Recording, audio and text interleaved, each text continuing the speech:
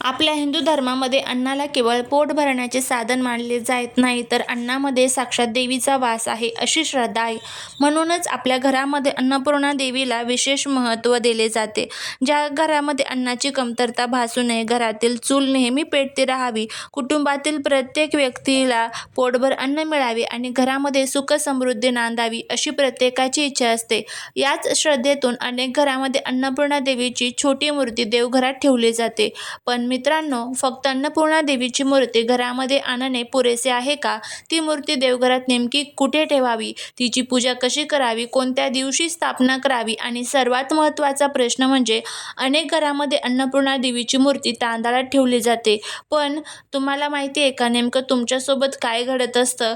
तर याबद्दलची संपूर्ण माहिती आजच्या व्हिडिओमध्ये मी तुमच्यासोबत शेअर करणार आहे. त्यामुळे व्हिडिओ हा स्किप न करता शेवटपर्यंत पहा. चॅनलवरती नवीन असाल तर चॅनलला सबस्क्राईब करून कमेंटमध्ये ओम अन्नपूर्णा देवी नमो नमो लिहायला अजिबात विसरू नका, जेणेकरून अन्नपूर्णा देवीची तुमच्या कुटुंबावर, मुलांवर अगदी भरभरून अशी कृपा होईल. बघा, सर्वात प्रथम अन्नपूर्णा देवीचे महत्त्व समजून घेऊया. अन्नपूर्णा या नावामध्येच तिचे स्वरूप दडलेले आहे. अन्न म्हणजे भोजन आणि पूर्णा म्हणजे परिपूर्णता किंवा भरभराट.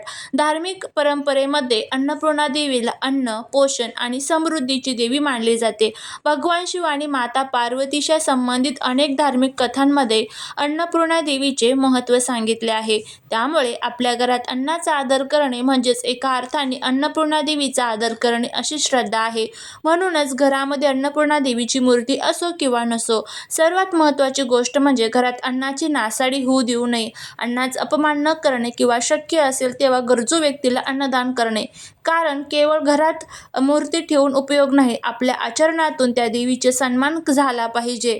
आता प्रश्न होतो की अन्नपूर्णा देवीची मूर्ती घरामध्ये ठेवणे आवश्यक आहे का? हे पूर्णपणे श्रद्धेचा आणि घराच्या परंपरेचा विषय आहे. प्रत्येक घरामध्ये देवपूजेच्या पद्धती वेगवेगळ्या असतात. काही घरांमध्ये अन्नपूर्णा देवीची मूर्ती असते, तर काही घरांमध्ये केवळ देवीचे चित्र किंवा प्रतिमात्मक स्वरूपात पूजा केली जाते. त्यामुळे आपल्या घरामध्ये अन्नपूर्णा देवीची मूर्ती नाही म्हणून घरात अन्नाची कमतरता होईल किंवा काही अनिष्ट घडेल असा निश्चित नियम धार्मिकदृष्ट्या सांगता येत नाही. मात्र ज्यांना श्रद्धा आहे त्यांनी आपल्या घराच्या परंपरेनुसार अन्नपूर्णा देवीचे पूजन करणे नक्कीच शुभ आणि समाधानदायक मानले जाते. आता समजा तुम्हाला अन्नपूर्णा देवीची मूर्ती घरामध्ये नव्याने स्थापित करायची आहे, तर ती कधी आणि आणावी? यासाठी अनेक कुटुंबे शुभ दिवस, सण, नवरात्र, अक्षय तृतीया, शुक्रवार किंवा आपल्या कुटुंबाच्या परंपरेनुसार योग्य दिवस निवडतात. मूर्ती आणताना सर्वात महत्त्वाची गोष्ट म्हणजे मनामध्ये श्रद्धा आणि घरामध्ये स्वच्छता असणे. मूर्ती आणण्यापूर्वी वस्तू काढून टाकाव्यात आणि ज्या जागी अन्नपूर्णा देवीची स्थापना करणार आहात ती जागा स्वच्छ ठेवावी. मूर्ती घरामध्ये आणताना शक्य असल्यास साधी पूजा करून अक्षदा, फुले, हळदी कुंकू आणि नैवेद्य अर्पण करून देवीचे स्वागत करावे. अन्नपूर्णा देवीची मूर्ती देवघरात कुठे ठेवावी हा देखील अनेकांचा प्रश्न असतो. यासाठी आपल्या घरातील देवघराची रचना आणि कुटुंबाची पारंपरिक पूजा पद्धत लक्षात घ्यावी. मूर्ती स्वच्छ, स्थिर आणि उच्च जागेवर ठेवावी. देवघरामध्ये मूर्तीची गर्दी करून ठेवण्यापेक्षा प्रत्येक देवतेला व्यवस्थित जागा असणे चांगले. अन्नपूर्णा देवीची मूर्ती ठेवताना तिच्यासमोर रोज दिवा लावता येईल अशी, सहज पूजा करता येईल अशी जागा निवडावी. आता येतो आपल्या आजच्या व्हिडिओचा सर्वात महत्त्वाचा मुद्दा, अन्नपूर्णा देवीची मूर्ती तांदळात ठेवणे. अनेक घरामध्ये अन्नपूर्णा देवीची मूर्ती एका छोट्या पात्रामध्ये स्वच्छ तांदूळ भरून त्यामध्ये ठेवण्याची परंपरा आहे. यामागे सुंदर प्रतिमात्मक भावना आहे. तांदूळ म्हणजे अन्नाचे प्रतीक आणि अन्नपूर्णा देवी म्हणजे अन्नाची अधिष्ठात्री देवी. त्यामुळे देवीला अन्नधान्यामध्येच म्हणजे तांदळामध्ये ठेवणे. आपल्या घरामध्ये अन्नधान्याची भरभराट राहावी, अन्नाची कमतरता पडू नये अशी श्रद्धा व्यक्त करणे होय. ही पद्धत अनेक कुटुंबांमध्ये प्रेमाने आणि श्रद्धेने केली जाते. पण इथेच एक महत्त्वाची गोष्ट लक्षात घ्या.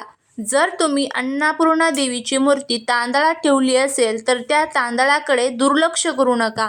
अनेक वेळा असे होते की देवीची मूर्ती तांदळात ठेवली जाते आणि तो तांदूळ महिनोन्महिने तसाच राहतो. काही घरांमध्ये तर वर्षभर तांदूळ बदलला जात नाही.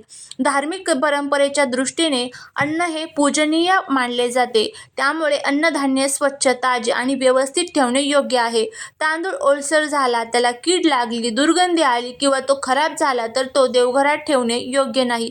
अशा परिस्थितीत श्रद्धेने तो बदलणे आवश्यक आहे. तांदूळ नेमका कधी बदलावा यासाठी सर्व घरांना लागू होईल असा एकच ठराविक दिवस आणि शास्त्रीय नियम सांगता येतो. त्यामध्ये बघा, वर्षातून एकदा येणारी घराची पूजा आणि अन्नपूर्णा देवीच्या विशेष पूजेच्या दिवशी तांदूळ बदलण्याची परंपरा आहे.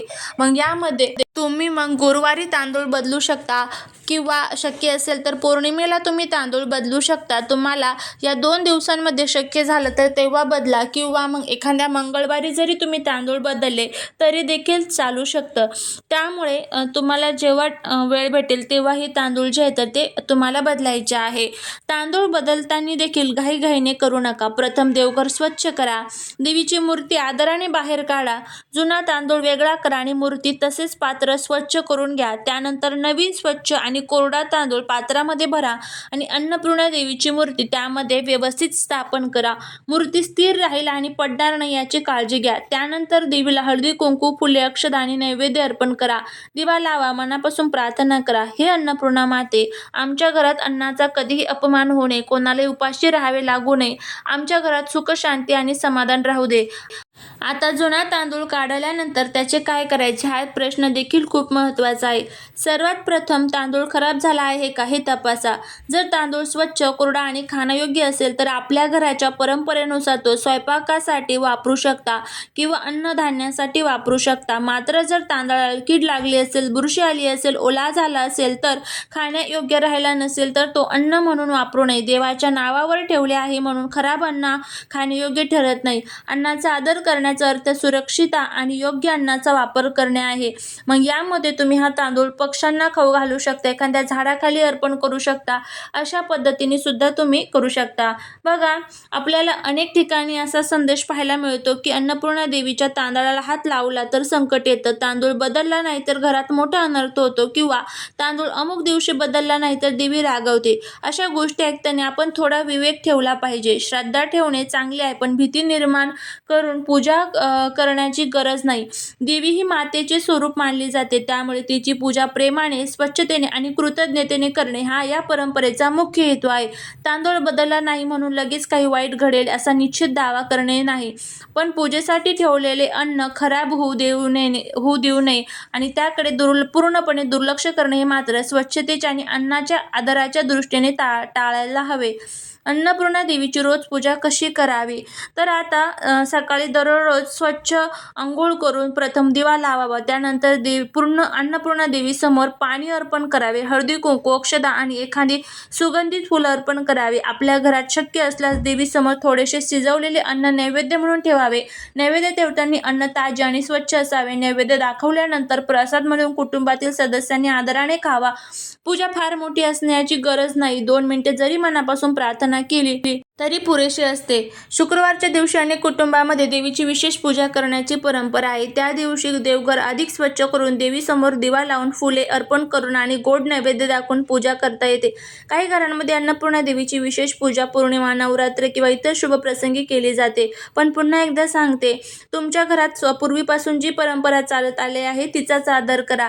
आता एक अतिशय सुंदर गोष्ट लक्षात ठेवा. अन्नपूर्णा देवीची पूजा फक्त मूर्तीची पूजा नव्हे तर आपल्या स्वयंपाकघराची स्वच्छता ठेवणे, अन्न वाया जाऊ न देणे, जेवणापूर्वी अन्नाबद्दल कृतज्ञता व्यक्त करणे, घरातील सदस्यांना प्रेम जेवण देणे आणि शक्य असेल तेव्हा गरजू व्यक्तीला अन्नदान करणे ही सुद्धा अन्नपूर्णा देवीची सेवा मानता येतील.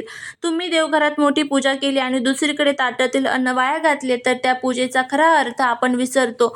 म्हणून अन्नाचा प्रत्येक कण जपणे हेच अन्नपूर्णा देवीप्रती कृतज्ञता व्यक्त करणे आहे.